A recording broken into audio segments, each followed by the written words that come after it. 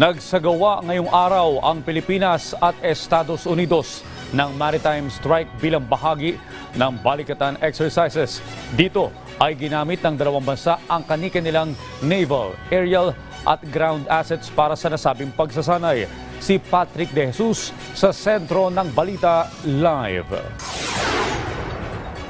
Audrey, magkakasama ng pinunteriya ng mga naval, aerial at ground assets ng Pilipinas at Amerika ang isang target na barko sa maritime strike exercise ng balikatan ngayong araw dito sa probinsya ng Lawag. Ito ay ang BRP Lake Caliraya na ipinwesto 8.5 nautical miles mula sa dalampasigan ng Sand Dunes, Lawag City, Ilocos Norte.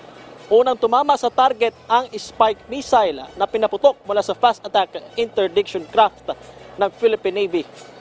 Kinamit din ang Sea Strike missile mula sa frigate ng Navy na BRP Jose Rizal at nasa pool ang harapan ng Lake Caliraya. Dito naman ang lumipad ng FA-50 jet fighters ng Philippine Air Force at nagpaulan ng AGM-65 air-to-ground missile. Sumunod ang F-16 fighter aircraft ng Amerika at nagpakawala ng guided bomb unit, habang ang kanilang AC-130 gunship ay ilang beses nagpaputok ng 105mm cannon mula sa ere. Pagkatapos ng naval at aerial assets, nagpasiklab din ang 155mm Atmos howitzer ng Philippine Army at pinaputok sa direksyon ng BRP Lake Caliraya.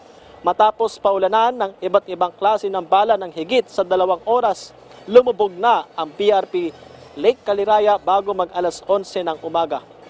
Audrey, intention talagang hindi muna palubugin ang barko para nga lahat ng asset ay magkaroon ng pagkakataon na makapagpaputok dito.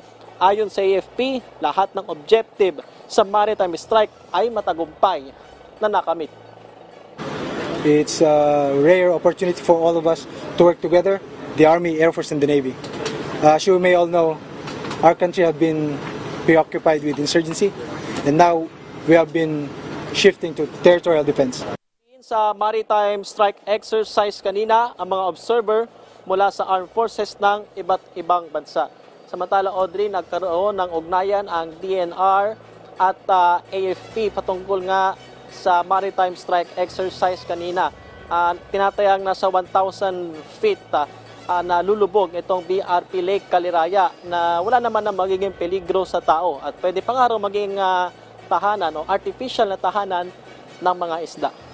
Audrey?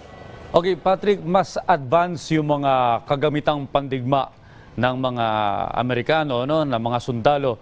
Sa iyong obserbasyon, nakakasabay naman ba yung ating mga kagamitang pandigma at maging yung ating mga personnel?